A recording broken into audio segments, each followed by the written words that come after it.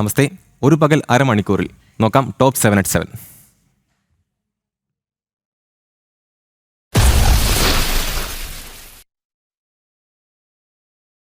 ഭക്തിസാന്ദ്രമാണ് സന്നിധാനം. ശബരിമലയിൽ തങ്കയങ്കി ചാർത്തി ദീപാരാധന നടന്നു. 6:15 തങ്കയങ്കി ഘോഷയാത്ര സന്നിധാനത്തെത്തിയത്. വൈകിട്ട് 5 മണിയോടെ ശരംകുത്തിയിലെത്തിയ ഘോഷയാത്രയ്ക്ക് ദേവസ്വം ബോർഡ് അംഗങ്ങൾ ആചാരപരമായ സ്വീകരണം നൽകി. തുടർന്ന് സന്നിധാനത്തെത്തിയ തങ്കയങ്കി തന്ത്രിയും മേൽശാന്തിയും ചേർന്ന് ഏറ്റുവാങ്ങി. നാളെ രാവിലെ 10:10 11:30 ഇടയിലാണ് ഈ വർഷത്തെ മണ്ഡലപൂജ നടക്കുക. വിവരങ്ങളുമായി സന്നിധാനത്ത് നിന്നും മിഥുൻ മുരളിയുണ്ട്. മിഥുൻ മുരളി, നമുക്കറിയാം ഭക്തിസാന്ദ്രമാണ് സന്നിധാനം, ശരണമന്ത്ര മുഖരിതമാണ്. ഈ ദീപാരാധന നന്നായി തൊടാൻ പറ്റിയോ?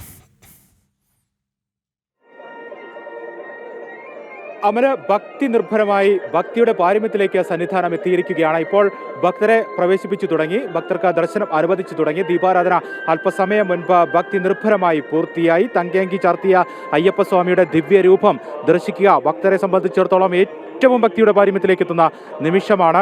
ശബരിമല തീർത്ഥാടനത്തിൽ ഏറ്റവും പുണ്യകരമായ ദിവസങ്ങളാണ്, മണിക്കൂറുകളാണ് കടന്നുപോയിക്കൊണ്ടിരിക്കുന്നത്. ഇപ്പോൾ ഭക്തർക്ക് ദർശനം അനുവദിച്ചിരിക്കുന്നു. ഭക്തരെ പമ്പയിൽ നിന്നും കടത്തിവിടാനും തുടങ്ങിയിട്ടുണ്ട്. നേരത്തെ നിയന്ത്രണങ്ങൾ ഉണ്ടായിരുന്നു. നിയന്ത്രണങ്ങളെല്ലാം ഈ തങ്കയങ്കി ഘോഷയാത്ര സന്നിധാനത്ത് എത്തുന്നതോടെ ഭക്തർക്ക് ഏർപ്പെടുത്തിയിരുന്ന നിയന്ത്രണങ്ങൾ മാറി.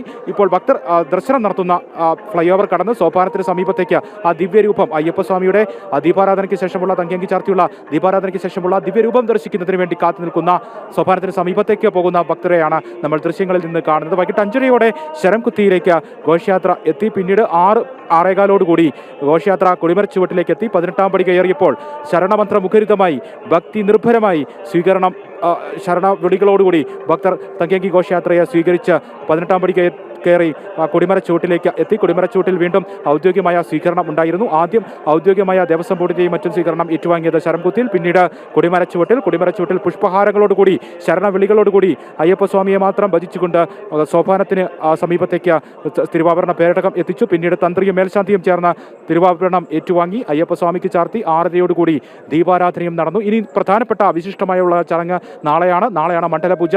41 ദിവസത്തെ വ്രതശുദ്ധിയുടെ മണ്ഡലകാലത്തിന് സമാപനം കുറിച്ചുകൊണ്ട് നാളെ രാവിലെ 10:10 11:30 ഇടയിലുള്ള മുഹൂർത്തത്തിൽ മണ്ഡലപൂജ നടക്കും. പിന്നീട് രാത്രി 11 മണിക്ക് ഹരിവരാസനം പാടി നടയടക്കുന്നതോടെ 41 ദിവസത്തെ മണ്ഡലകാലത്തിന് സമാപനമാകും. ഇടമുറിയാതെ ഭക്തജനങ്ങൾ സന്നിധാനത്തേക്ക് ഒഴുകിയെത്തിയ 41 ദിവസം, എല്ലാ ദിവസവും തിരക്കിന്റെ മണിക്കൂറുകൾ മാത്രം അനുഭവപ്പെട്ട ഭക്തി നിർഭരമായ 41 ദിവസങ്ങൾ, ആ ദിവസങ്ങൾക്കാണ് നാളെ സമാപനമാകുക. പിന്നീട് ഡിസംബർ 30 മകരവിളക്ക് തീർത്ഥാടനത്തിന് വേണ്ടി, മകരവിളക്ക് മഹോത്സവത്തിന് വേണ്ടി ഡിസംബർ 30 വൈകിട്ട് 5 മണിക്ക് നട തുറക്കും. ജനുവരി 14 മകരവിളക്ക്. ജനുവരി 20 വരെ ശബരിമല നട തുറന്നിരിക്കും. ജനുവരി 19 വരെ ഭക്തർക്ക് ദർശനം. 20 പന്തളം രാജപ്രതിനിധി ദർശനം നടത്തി മടങ്ങുന്നതോടെ ഈ വർഷത്തെ മകരവിളക്ക് തീർത്ഥാടനത്തിന് സമാപനമാകും. ഏറ്റവും ഭക്തിപരമായിട്ടുള്ള നിമിഷങ്ങളായിരുന്നു ഡിസംബർ 23 ആറന്മുള പാർത്ഥസാരഥി ക്ഷേത്രത്തിൽ നിന്ന് പുറപ്പെട്ട തങ്കയങ്കി ഘോഷയാത്ര. വിവിധ ക്ഷേത്രങ്ങളിലെ വിവിധ ഹൈന്ദവ സംഘടനകളുടെയൊക്കെ സ്വീകരണങ്ങൾ ഏറ്റുവാങ്ങി വഴിത്താരകളെല്ലാം ശരണമന്ത്ര മുഖരിതമായ നിമിഷങ്ങളിൽ സാക്ഷ്യം വഹിച്ചുകൊണ്ട് ഭക്തി നിർഭരമായി സന്നിധാനത്തേക്ക് 3 ദിവസത്തിന് ശേഷം എത്തി. രാവിലെ 11 മണിയോടുകൂടി നിലക്കൽ എത്തി. ഉച്ചയ്ക്ക് 1:30 പമ്പയിലെത്തി. പിന്നീട് വിശ്രമത്തിന് ശേഷം വൈകിട്ട് 3 മണിയോടുകൂടി പമ്പയിൽ നിന്നും സന്നിധാനത്തേക്ക് തങ്കയങ്കി ഘോഷയാത്ര മലകയറി. നിരവധി ഭക്തരാണ് തങ്കയങ്കി ഘോഷയാത്രയെ അനുഗമിച്ചുകൊണ്ട് സന്നിധാനത്തേക്ക് എത്തിയത്. മാത്രമല്ല, വിവിധ ഇടങ്ങളിൽ സന്നിധാനത്തേക്ക് മലകയറി വരുന്ന ഭാഗങ്ങളിലെല്ലാം തൊഴുകൈകളോടുകൂടി മണിക്കൂറുകളോളം ഭക്തർ കാത്തു നിൽക്കുന്ന കാഴ്ചയാണ് കണ്ടത്. ശരണം വിളികളോടുകൂടി ഭക്തർ മണിക്കൂറുകളോളം ഇന്ന് മുഴുവൻ കാത്തു നിൽക്കുകയായിരുന്നു. ഭക്തരെ സംബന്ധിച്ചിടത്തോളം ഒരു വർഷത്തെ കാത്തിരിപ്പാണ് ഈ പുണ്യ ദിവസങ്ങളിൽ സന്നിധാനത്ത് സാന്നിധ്യമുണ്ടാവുക. അയ്യൻ്റെ സന്നിധിയിൽ ഒന്ന് നിൽക്കാൻ സാധിക്കുക, അയ്യൻ്റെ സാന്നിധ്യത്തിൽ നിർവൃത്തിയോടുകൂടി ഒന്ന് നിൽക്കാൻ സാധിക്കുക എന്ന് പറയുന്നത് ഭക്തർക്ക് അത്രയും ആത്മസംതൃപ്തി നൽകുന്ന, ആഗ്രഹ സഫലീകരണം നൽകുന്ന, ജന്മ സാഫല്യം നൽകുന്ന നിമിഷങ്ങളാണ്. ആ നിമിഷങ്ങൾക്ക് വേണ്ടിയുള്ള ഭക്തരുടെ ഒരു വർഷത്തിൻ്റെ കാത്തിരിപ്പിൻ്റെ പരിസമാപ്തിയായിരുന്നു ഇന്നേ ദിവസം എന്നുള്ളതാണ്. അല്പസമയം മുൻപ് ദീപാരാധന പൂർത്തിയാക്കിയപ്പോൾ ഏറ്റവും ഭക്തിയുടെ പാരമ്യത്തിലേക്ക് സന്നിധാനം എത്തുകയായിരുന്നു. അത് വാക്കുകൾക്ക് അതീതമായിരുന്നു. ഭക്തിയുടെ നിർഭരമായിട്ടുള്ള മുഹൂർത്തമായിരുന്നു. ഈ വർഷത്തെ ഏറ്റവും പുണ്യകരമായിട്ടുള്ള ചടങ്ങ് പൂർത്തിയായിരിക്കുന്നു. തങ്കയങ്കി ചാർത്തിയുള്ള ദീപാരാധന പൂർത്തിയായിരിക്കുന്നു. ദിവ്യരൂപത്തിൽ തങ്കയങ്കിയോടുകൂടി ദർശിക്കുക. ശ്രീ ചിത്രതിരുനാൾ ബാലരാമവർമ്മ തമ്പുരാൻ ഭഗവാന് ജീവിതം സമർപ്പിച്ചുകൊണ്ട് ജീവിച്ച ഒരു ഭരണാധികാരിയായിരുന്നു ശ്രീ ചിത്രതിരുനാൾ ബാലവർമ്മ തമ്പുരാൻ. അദ്ദേഹത്തിൻ്റെ തിരുവിതാംകൂർ രാജ്യത്ത് ഓരോ വിശിഷ്ടമായിട്ടുള്ള കാര്യങ്ങൾക്ക് തീരുമാനമെടുക്കുമ്പോഴും അത് ഭഗവാന്റെ അനുഗ്രഹത്തോടു കൂടി മാത്രം സമർപ്പിച്ചുകൊണ്ട് ഭരണം നടത്തിയിരുന്ന ശ്രീ ചിത്രതിരുനാൾ ബാലരാമവർമ്മ തമ്പുരാൻ 1973 ഭഗവാന് സമർപ്പിച്ചതാണ് 420 പവൻ തൂക്കമുള്ള തങ്കയങ്കി അന്നു മുതൽ ഇന്ന് വരെ മുടങ്ങാതെ അത് ഭഗവാന് മണ്ഡലപൂജയോടനുബന്ധിച്ച് ചാർത്തുന്നു. മണ്ഡലപൂജയ്ക്കും തങ്കയങ്കി ചാർത്തിയുള്ള തലേ ദിവസത്തെ ദീപാരാധനയ്ക്കും തങ്കയങ്കി സന്നിധാനത്ത് ഉണ്ടാകും എന്നുള്ളത് ആറന്മുള പാർത്ഥസാരഥി ക്ഷേത്രത്തിലെ സ്ട്രോങ് റൂമിൽ പിന്നീട് ഒരു വർഷക്കാലം ഇത് സൂക്ഷിച്ച് ഒരു വർഷത്തെ ഭക്തരുടെ കാത്തിരിപ്പിൻ്റെ ഫലമായി അത് ഘോഷയാത്രയായി ഭക്തി നിർഭരമായി സന്നിധാനത്തേക്ക് എത്തിക്കുന്ന ചടങ്ങ് കാലങ്ങളായി പിന്തുടർന്നു പോരുന്നു. ഐതിഹ്യ പെരുമയുടെ ആ ഒരു നിമിഷത്തിനാണ് ഇപ്പോൾ പൂർത്തീകരണം പരിസമാപ്തി ഈ വർഷത്തെ പരിസമാപ്തി ഉണ്ടായിരിക്കുന്നത്. ബാലവർമ്മ തമ്പുരാൻ ശ്രീ ചിത്രതിരുനാൾ ബാലരാമവർമ്മ തമ്പുരാൻ സമർപ്പിച്ച ആ തങ്കയങ്കി സന്നിധാനത്ത് എത്തിയപ്പോൾ ഏറ്റവും ഭക്തിയുടെ പുണ്യകരമായിട്ടുള്ള നിമിഷമായി മാറി. ഇനി കാത്തിരിക്കുന്നത് നാളത്തെ ആ മണ്ഡലപൂജയ്ക്ക് വേണ്ടിയുള്ള ദിവസത്തിന് വേണ്ടിയാണ്, നിമിഷത്തിന് വേണ്ടിയാണ്. രാവിലെ 10:10, 11:30 ഇത്തവണത്തെ മണ്ഡലപൂജ മുഹൂർത്തം. നാളെയും ഭക്തർക്ക് നിയന്ത്രണം ഏർപ്പെടുത്തിയിട്ടുണ്ട്. 35,000 പേർക്കാണ് നാളെ വെർച്വൽ ക്യൂ ബുക്ക് വഴി ദർശനം അനുവദിക്കുക. ഒപ്പം സ്പോട്ട് ബുക്കിംഗ് 2,000 ഭരിമിതപ്പെടുത്തിയിരുന്നു. അത് ഭക്തരുടെ ക്രമീകരണം അനുസരിച്ച് തിരക്കനുസരിച്ച് അതിൽ വർധനവ് ഒരുപക്ഷെ വരുത്താനുള്ള സാധ്യത. പക്ഷേ 2,000 ഇന്നലെയും ഇന്നും നാളെയും സ്പോട്ട് ബുക്കിംഗ് ക്രമീകരിക്കുകയും ചെയ്തിരിക്കുന്നത്. അയൽ സംസ്ഥാന ഭക്തരുടെയൊക്കെ വലിയ തിരക്കാണ്. അയൽ സംസ്ഥാന ഭക്തർ കൂടുതലായി എത്തിയ ഒരു മണ്ഡലകാലം. കാനനപാതയിലൂടെ, പരമ്പരാഗത കാനനപാതയിലൂടെ കൂടുതൽ തീർത്ഥാടകർ എത്തിയ മണ്ഡലകാലം. അങ്ങനെ നിരവധി പ്രത്യേകതകൾ മണ്ഡലകാലം ആരംഭിച്ച നിമിഷം മുതൽ ഇടമറിയാതെ എല്ലാ ദിവസവും തിരക്ക് അനുഭവപ്പെട്ട ഒരു മണ്ഡലകാലം. തിരക്കിന് കുറവ് ഒന്നും ഉണ്ടായിരുന്നില്ലാത്ത ഒരു മണ്ഡലകാലം. രാജ്യത്തിൻ്റെ ലോകത്തിൻ്റെ നാനാഭാഗങ്ങളിൽ നിന്ന് ഭക്തർ ഒഴുകിയെത്തിയ ഒരു മണ്ഡലകാലം. മുൻവർഷത്തേക്കാൾ പരമ്പരാഗത കാനനപാത അയ്യൻ്റെ സന്നിധിയിലേക്ക് എത്താൻ കൂടുതൽ ഭക്തർ തിരഞ്ഞെടുത്ത ഒരു മണ്ഡലകാലം. അങ്ങനെ നിരവധി പ്രത്യേകതകൾ ഉള്ള ഒരു മണ്ഡലകാല തീർത്ഥാടനത്തിനാണ് നാളെ മണ്ഡലപൂജ നടക്കുന്നതോടുകൂടി സമാപനമാകുന്നത്. വലിയ തിരക്കിൻ്റെ ദിവസങ്ങളായിരുന്നു, തിരക്കിൻ്റെ മണിക്കൂറുകളായിരുന്നു. ഭക്തർക്ക് ഇന്ന് ഏർപ്പെടുത്തിയിരുന്ന നിയന്ത്രണങ്ങൾ ഇപ്പോൾ മാറിയിരിക്കുന്നു. ഭക്തർ മല കയറി സന്നിധാനത്തേക്ക്, അയ്യൻ്റെ സന്നിധിയിലേക്ക് അയ്യനെ ഒരു നോക്ക് കാണുക, ജീവിത സാഫല്യത്തോടു കൂടി മലയിറങ്ങുക, ആ ഒരു നിമിഷത്തിലേക്ക് എത്തിയിരിക്കുന്നു. എന്തായാലും പുണ്യകരമായിട്ടുള്ള, വാക്കുകൾക്ക് അതീതമായിട്ടുള്ള ഭക്തി നിർഭരമായിട്ടുള്ള നിമിഷങ്ങളിലൂടെയായിരുന്നു ഈ കഴിഞ്ഞ നിമിഷങ്ങൾ സന്നിധാനം കടന്നുപോയത്. ദീപാരാധനയുടെയും തൊട്ടടുത്ത നിമിഷങ്ങളും എല്ലാം എന്നുള്ളതായിരുന്നു. എന്തായാലും ആ പരിപാവനമായിട്ടുള്ള ആ ഒരു നിമിഷത്തിൽ ഇവിടെ സാന്നിധ്യമുണ്ടാവുക, ശബരിമലയുമായി സന്നിധാനവുമായി ബന്ധപ്പെട്ട എവിടെയെങ്കിലും ഒന്ന് സാന്നിധ്യം ഉണ്ടാവുക എന്നുള്ളത് ഓരോ ഭക്തൻ്റെയും ജീവിത സാഫല്യത്തിൻ്റെ, ആഗ്രഹ സാഫല്യത്തിൻ്റെ നിമിഷമായിരുന്നു. ഒരു വർഷത്തെ കാത്തിരിപ്പാണ് തങ്കയങ്കി ഘോഷയാത്ര. ആറന്മുള പാർത്ഥസാരഥി ക്ഷേത്രത്തിൽ നിന്ന് പുറപ്പെട്ട് സന്നിധാനം വരെ എത്തുമ്പോൾ ഈ 3 ദിവസം ആറന്മുളയിൽ നിന്നും ശരണപാതകളിലുള്ള എല്ലാ ഭക്തരുടെയും ഒരു വർഷത്തെ കാത്തിരിപ്പിൻ്റെ പരിസമാപ്തിയാണ് ഇപ്പോൾ പൂർത്തിയായിരിക്കുന്നത്. വാക്കുകൾക്ക് അതീതമായിട്ടുള്ള ഒരു ഭക്തിയുടെ പാരമ്യത്തിലേക്ക് സന്നിധാനം എത്തിയിരിക്കുകയാണ്. ശരണമന്ത്രങ്ങൾ മാത്രം മുഴങ്ങുകയാണ് സന്നിധാനത്ത്. ഇനി മണ്ഡലപൂജയ്ക്ക് വേണ്ടിയുള്ള കാത്തിരിപ്പിൻ്റെ മണിക്കൂറുകൾ. നാളെ രാവിലെ 10:10, 11:30 എന്നുള്ള ആ മണിക്കൂറിന് വേണ്ടിയുള്ള കാത്തിരിപ്പിലാണ് സന്നിധാനം. തങ്കയങ്കി ചാർത്തിയുള്ള ദീപാരാധന പൂർത്തിയായിരിക്കുകയാണ്. ശരണമന്ത്ര മുഖരിതമാണ് സന്നിധാനം. വിവരങ്ങൾ നൽകുകയായിരുന്നു സന്നിധാനത്തു നിന്നും മിഥുൻ മുരളി.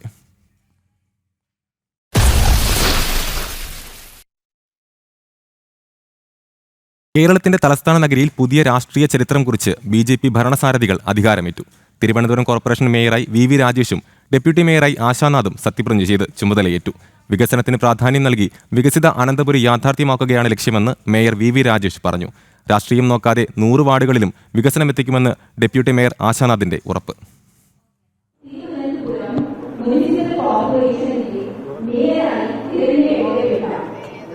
തിരുവനന്തപുരം മുനിസിപ്പൽ കോർപ്പറേഷനിലെ മേയറായി തെരഞ്ഞെടുക്കപ്പെട്ട അഡ്വക്കേറ്റ് VV രാജേഷ് എന്ന ഞാൻ നിയമാനുസരണം നടപ്പാക്കിയ ഇന്ത്യൻ ഭരണഘടനയോട് യഥാർത്ഥമായ വിശ്വാസവും കൂറും പുലർത്തുമെന്നും ഭയാശങ്കയോ മമതയോ വാത്സല്യമോ വിദ്വേഷമോ കൂടാതെ ഞാൻ എൻ്റെ ഔദ്യോഗിക കർത്തവ്യങ്ങൾ യഥാവിധിയായും വിശ്വസ്തയോടും എൻ്റെ പരമാവധി കഴിവും അറിവും വിവേചന ശക്തിയും ഉപയോഗിച്ചുകൊണ്ടും നിർവഹിക്കുമെന്ന് ഈശ്വരനാമത്തിൽ സത്യപ്രതിജ്ഞ ചെയ്യുന്നു. ചരിത്ര വിജയം നേടി തിരുവനന്തപുരം നഗരത്തിന്റെ ഭരണം പിടിച്ച BJP ഇനി തിരുവനന്തപുരത്തെ വികസിതാനന്തപുരിയിലേക്ക് നയിക്കും. തിരുവനന്തപുരം കോർപ്പറേഷനിലെ മേയറായി VV രാജേഷിനെ തെരഞ്ഞെടുത്തു. MR ഗോപനാണ് VV രാജേഷിന്റെ പേര് നിർദ്ദേശിച്ചത്. VG ഗിരികുമാർ പിന്താങ്ങി. 51 വോട്ടുകൾ നേടിയാണ് VV രാജേഷ് വിജയിച്ചത്. 50 BJP അംഗങ്ങളുടെയും 1 സ്വതന്ത്രന്റെയും വോട്ടുകളാണ് VV രാജേഷിന് ലഭിച്ചത്. വിജയം അനന്തപുരിക്ക് നൽകുന്നുവെന്നും വികസനത്തിന് പ്രാധാന്യം നൽകി വികസിത അനന്തപുരി യാഥാർത്ഥ്യമാക്കുമെന്നും മേയർ VV രാജേഷ്. അതോടൊപ്പം തന്നെ ഇവിടെ ജയിച്ചു വരുന്ന 101 കൗൺസിലർമാർ ഒറ്റ യൂണിറ്റായി കണ്ടുകൊണ്ട് മുഴുവൻ ജനപ്രതിനിധികൾക്കും വികസനത്തിൻ്റെ കാര്യത്തിൽ ക്രിയാത്മകമായിട്ടുള്ള ഒരു കെയറാണ് കൊടുക്കാൻ വേണ്ടി ഉദ്ദേശിക്കുന്നത്. കക്ഷി രാഷ്ട്രീയത്തിൻ്റെ അടിസ്ഥാനത്തിൽ രാഷ്ട്രീയ വിയോജിപ്പിൻ്റെ കാര്യത്തിൽ, വികസനത്തിൻ്റെ കാര്യത്തിൽ ഒരാളോടും യാതൊരു തരത്തിലുള്ള വിവേചനവും ഞങ്ങളുടെ ഭരണസമിതിയുടെ ഭാഗത്തുനിന്ന് ഉണ്ടാവുകയില്ല. അതിന് നരേന്ദ്രമോദിയാണ് മാതൃക. ഡെപ്യൂട്ടി മേയറായി BJPയുടെ ആശാനാഥ് GS സത്യപ്രതിജ്ഞ ചെയ്ത് അധികാരമേറ്റു. തെരഞ്ഞെടുപ്പിൽ 50 വോട്ടുകൾ നേടി വിജയിച്ച ആശാനാഥിന് മേയർ VV രാജേഷ് സത്യവാചകം ചൊല്ലിക്കൊടുത്തു. തിരുവനന്തപുരം മുനിസിപ്പൽ കോർപ്പറേഷനിലെ ഡെപ്യൂട്ടി മേയറായി തിരഞ്ഞെടുക്കപ്പെട്ട ആശാനാഥ് GS എന്ന ഞാൻ നിയമാനുസരണം നടപ്പിലാക്കിയ ഇന്ത്യൻ ഭരണഘടനയോട് യഥാർത്ഥമായ വിശ്വാസവും കൂറും പുലർത്തുമെന്നും ഭയാശങ്കയോ മമതയോ വാത്സല്യമോ വിദ്വേഷമോ കൂടാതെ ഞാൻ എൻ്റെ ഔദ്യോഗിക കർത്തവ്യങ്ങൾ യഥാവിധിയായും വിശ്വസ്തയോടും എൻ്റെ പരമാവധി കഴിവും അറിവും വിവേചന ശക്തിയും ഉപയോഗിച്ചുകൊണ്ടും നിർവഹിക്കുമെന്നും ഈശ്വരനാമത്തിൽ സത്യപ്രതിജ്ഞ ചെയ്യുന്നു. കരിമം വാർഡ് കൗൺസിലറാണ് ആശാനാഥ്. രാഷ്ട്രീയം നോക്കാതെ 100 വാർഡുകളിലും വികസനം എത്തിക്കുമെന്ന് ഡെപ്യൂട്ടി മേയർ ആശാനാഥിന്റെ ഉറപ്പ്. കാരണം പാർട്ടി, ഞാൻ നേരത്തെ സൂചിപ്പിച്ച പോലെ തന്നെ പാർട്ടി എന്നെ ഏൽപ്പിച്ച വലിയൊരു ദൗത്യമാണ്. തീർച്ചയായിട്ടും പൂർത്തീകരിക്കാൻ വേണ്ടിയിട്ട്, വികസന അനന്തപുരിക്ക് വേണ്ടിയിട്ട് നമ്മളെല്ലാവരും ഒറ്റക്കെട്ടായിട്ട് ഒരേ മനസ്സോടുകൂടി തന്നെ പ്രവർത്തിക്കും. 101 പേരുടെയും ഒരുപോലെയുള്ള, എല്ലാവരും 101 വാർഡിനും ഒരുപോലെ കണ്ട് പ്രവർത്തിക്കുന്ന ഒരു ജനപ്രതിനിധി തന്നെയായിരിക്കും. ചുമതല ഏറ്റെടുത്ത ശേഷം മേയർ VV രാജേഷ് ആദ്യം ഒപ്പുവെച്ചത് വയോമിത്രം പദ്ധതിക്കായി 50 ലക്ഷം രൂപയുടെ സഹായം നൽകിക്കൊണ്ടുള്ള ഫയലാണ്. നാടിന്റെ ക്ഷേമത്തിനായി ഒത്തൊരുമിച്ച് പ്രവർത്തിക്കാൻ 100 കൗൺസിലർമാരോടും മേയറും ഡെപ്യൂട്ടി മേയറും ആവശ്യപ്പെട്ടിട്ടുണ്ട്. രാഷ്ട്രീയം നോക്കാതെ ഇടത് വലതു മുന്നണികൾ പുതിയ ഭരണസമിതിക്ക് ഐക്യദാർഢ്യം പ്രഖ്യാപിച്ചു കഴിഞ്ഞു. ജനം, തിരുവനന്തപുരം.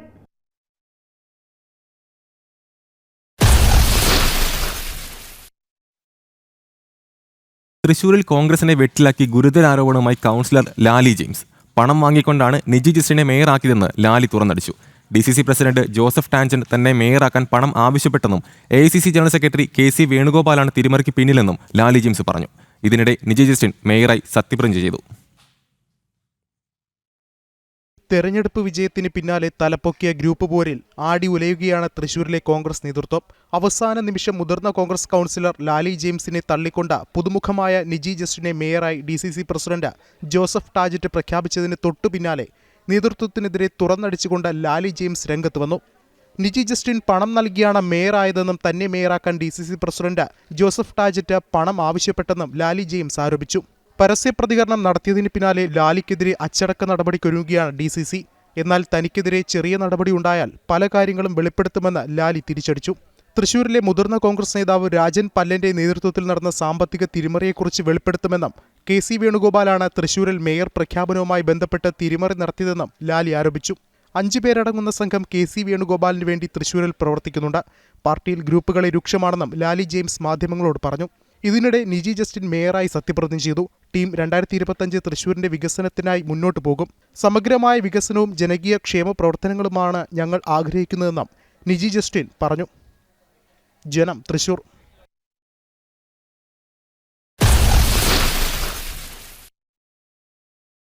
തലശ്ശേരി നഗരസഭാ ചെയർമാനായി ഫസൽ വധക്കേസ് പ്രതി കാരായി ചന്ദ്രശേഖരൻ തെരഞ്ഞെടുക്കപ്പെട്ടു. കേസിൽ നിലവിൽ ജാമ്യത്തിലാണ് കാരായി ചന്ദ്രശേഖരൻ. കണ്ണൂർ കോർപ്പറേഷൻ മേയറായി UDFന്റെ P ഇന്ദിരയെയും തെരഞ്ഞെടുത്തു.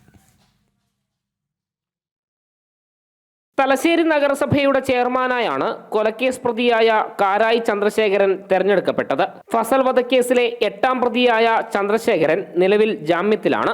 ഇതിനിടയിലാണ് തലശ്ശേരി നഗരസഭയിലേക്ക് മത്സരിക്കുകയും തുടർന്ന് ചെയർമാനായി തെരഞ്ഞെടുക്കപ്പെടുകയും ചെയ്തത്. ജില്ലയിൽ പ്രവേശിക്കാൻ വിലക്കുണ്ടായിരുന്ന കാരായി രാജനും ചന്ദ്രശേഖരനും ജാമ്യ വ്യവസ്ഥയിൽ ഇളവ് ലഭിച്ചതിനെ തുടർന്ന് 2021 നവംബർ 21-നാണ് ജില്ലയിൽ തിരിച്ചെത്തിയത്.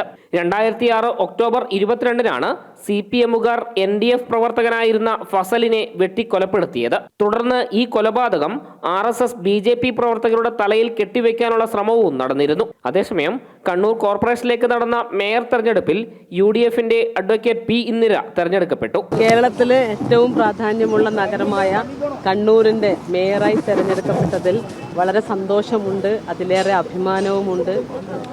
നമുക്കറിയാം, ഈ കണ്ണൂരിലെ ജനങ്ങൾ UDFന് വളരെ മികച്ച രീതിയിലുള്ള ഒരു വിജയമാണ് സമ്മാനിച്ചിട്ടുള്ളത്.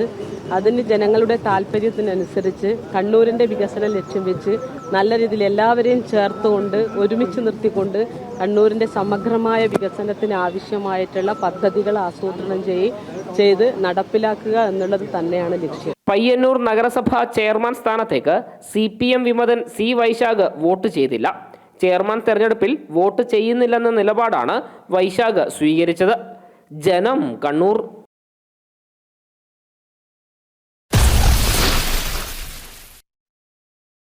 ശബരിമല സ്വർണ്ണക്കവർച്ച കേസിൽ ഡി മണിയെ SIT ചോദ്യം ചെയ്തു. ഡിണ്ടിഗൽ വ്യവസായി മണിയെയാണ് ചോദ്യം ചെയ്തത്. ശബരിമല സ്വർണ്ണക്കവർച്ചയെ ബന്ധമില്ല, താൻ MS മണിയെന്നും വിശദീകരണം. പോലീസ് തെറ്റിദ്ധരിച്ച് എത്തിയതെന്നും മണി പറഞ്ഞു. പോലീസ് അന്വേഷിക്കുന്ന വിഷയം അറിയില്ല. തിരുവനന്തപുരത്ത് നേരിട്ട് ഹാജരാകാൻ മണിക്ക് SIT നോട്ടീസ് നൽകി.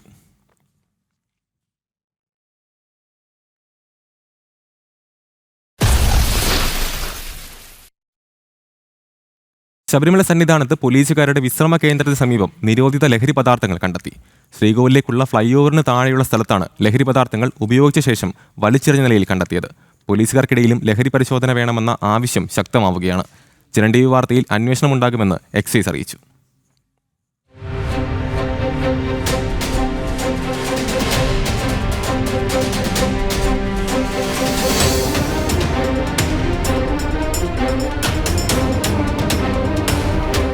സന്നിധാനത്ത് 18-ാം പടി ഡ്യൂട്ടിക്കിടെ പോലീസുകാർ വിശ്രമിക്കുന്ന സ്ഥലത്തിന് സമീപമാണ് ഈ കാഴ്ച. ഉപയോഗിച്ച നിലയിൽ നിരവധി നിരോധിത ലഹരി പദാർത്ഥങ്ങൾ കാണാം. ശ്രീകോവിലിന് സമീപമുള്ള ഫ്ലൈ ഓവറിന് താഴെയാണ് ഈ സ്ഥലമുള്ളത്. ഭക്തർക്ക് പ്രവേശനമില്ലാത്ത രീതിയിൽ കയറും കെട്ടിയിട്ടുണ്ട്. എങ്ങനെ ഇത്രയും ലഹരി പദാർത്ഥങ്ങൾ സന്നിധാനത്തേക്ക് എത്തി എന്നത് ഗൗരവതരമാണ്.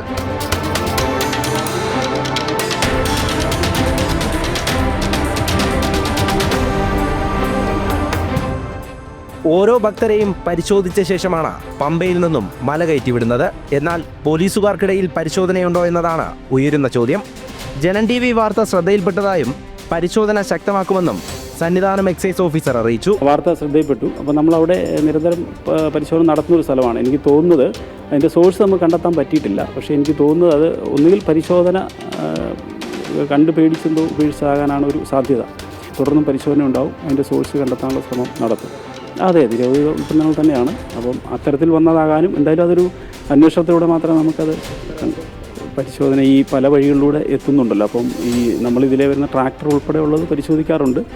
ശ്രദ്ധയിൽപ്പെടുന്നതെല്ലാം അപ്പോൾ തന്നെ നടപടി സ്വീകരിക്കാറുണ്ട്. കടകളിൽ പരിശോധന നടത്തുന്നുണ്ട്.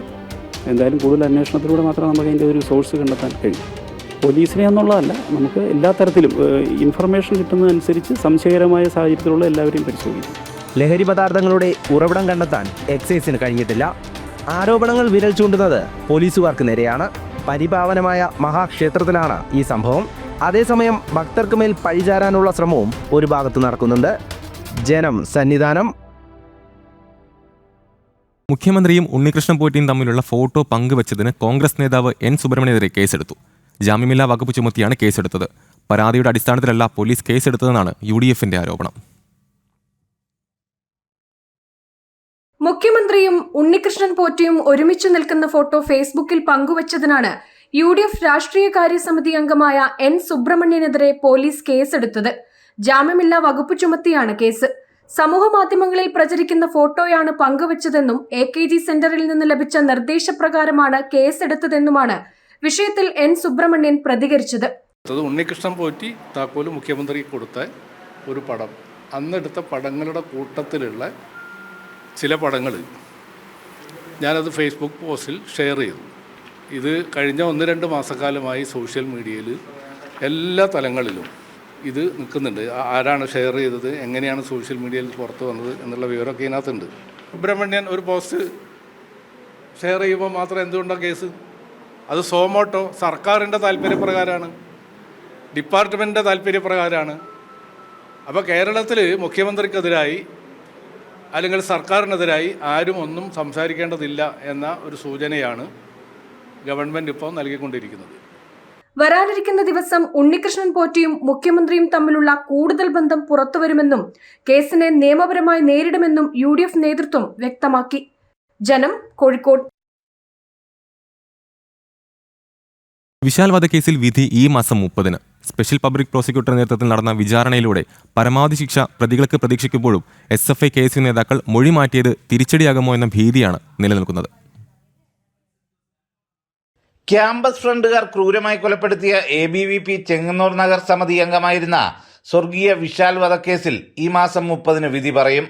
മാവേലിക്കര അഡീഷണൽ സെഷൻസ് ജഡ്ജ് പൂജ PP ആണ് കേസിൽ വിധി പറയുന്നത്. 2012 ജൂലൈ 16-നായിരുന്നു ചെങ്ങന്നൂർ ക്രിസ്ത്യൻ കോളേജിൽ ബിരുദ വിദ്യാർത്ഥികളെ സ്വാഗതം ചെയ്യുവാനായി വിദ്യാർത്ഥി സംഘടനകൾ ഒരുക്കിയ പരിപാടിയിൽ പങ്കെടുക്കുവാനെത്തിയ വിശാലിനെ ക്യാമ്പസ് ഫ്രണ്ട് പ്രവർത്തകർ കുത്തി കൊലപ്പെടുത്തിയത്. വിശാലിനോടൊപ്പം സ്ഥലത്തുണ്ടായിരുന്ന ABVP പ്രവർത്തകരായ വിഷ്ണുപ്രസാദ്, ശ്രീജിത്ത് എന്നിവരെയും അക്രമികൾ ഗുരുതരമായി പരിക്കേൽപ്പിച്ചിരുന്നു. ആദ്യം ലോക്കൽ പോലീസ് അന്വേഷിച്ച കേസിൽ പ്രതികളെ അറസ്റ്റ് ചെയ്യുന്നതിൽ കാലതാമസമുണ്ടായതിനെ തുടർന്ന് ക്രൈംബ്രാഞ്ചാണ് തുടർന്നുള്ള അന്വേഷണം നടത്തിയത്. കേസിൽ പ്രായപൂർത്തിയാകാത്ത ഒരാൾ ഉൾപ്പെടെ 20 പേർക്കെതിരെയാണ് ക്രൈംബ്രാഞ്ച് കോടതിയിൽ കുറ്റപത്രം സമർപ്പിച്ചിട്ടുള്ളത്. കേന്ദ്ര സർക്കാരിന്റെ ഭാഗത്തു നിന്നും ഇടപെടൽ ഉണ്ടാകുന്ന അവസ്ഥ വന്നപ്പോഴാണ് കേസിൽ സ്പെഷ്യൽ പബ്ലിക് പ്രോസിക്യൂട്ടറായി അഡ്വക്കേറ്റ് പ്രതാപ് ജി പടിക്കലിനെ നിയമിക്കുവാൻ സംസ്ഥാന സർക്കാർ തയ്യാറായത്. കേസിന്റെ വിചാരണ വേളയിൽ സാക്ഷികളായ KSU SFI പ്രവർത്തകർ പോപ്പുലർ ഫ്രണ്ടുകാരായ പ്രതികൾക്ക് അനുകൂലമായ നിലപാട് കോടതിയിൽ സ്വീകരിച്ചതിനെ തുടർന്ന് സാക്ഷികൾ കൂറുമാറിയതായി പ്രോസിക്യൂഷൻ പ്രഖ്യാപിച്ചിരുന്നു. SFI unit secretary Akhil, KSU ജില്ലാ കമ്മിറ്റി അംഗമായിരുന്ന ഷൈജു സാമുവൽ എന്നിവരാണ് കൂറുമാറിയത്. ഇതിനെ SDPIക്ക് അനുകൂലമായ രാഷ്ട്രീയ നിലപാടിന്റെ തെളിവായാണ് വിലയിരുത്തുന്നത്. കേരളത്തിലെ ക്യാമ്പസ് രാഷ്ട്രീയത്തിൽ പോപ്പുലർ ഫ്രണ്ട് പ്രവർത്തകർ കൊലപാതകങ്ങൾ നടത്തിയതായി അറിവില്ലെന്ന് പറഞ്ഞ SFIക്കാരനായ സാക്ഷിയോട് മഹാരാജാസ് കോളേജിൽ കൊല്ലപ്പെട്ട അഭിമന്യുവിനെ കുറിച്ച് അറിയുമോ എന്ന് പ്രോസിക്യൂട്ടർ ചോദിച്ചിരുന്നു. കേസിൽ പ്രോസിക്യൂഷന്റെ ഭാഗത്തു നിന്നും 55 സാക്ഷികളെയും 205 രേഖകളും കോടതിയിൽ ഹാജരാക്കി. ലോക്കൽ പോലീസിന്റെയും ക്രൈംബ്രാഞ്ചിന്റെയും ഉൾപ്പെടെ 3 DYSPമാരാണ് കേസിൽ അന്വേഷണം നടത്തിയത്. ജനം, ആലപ്പുഴ.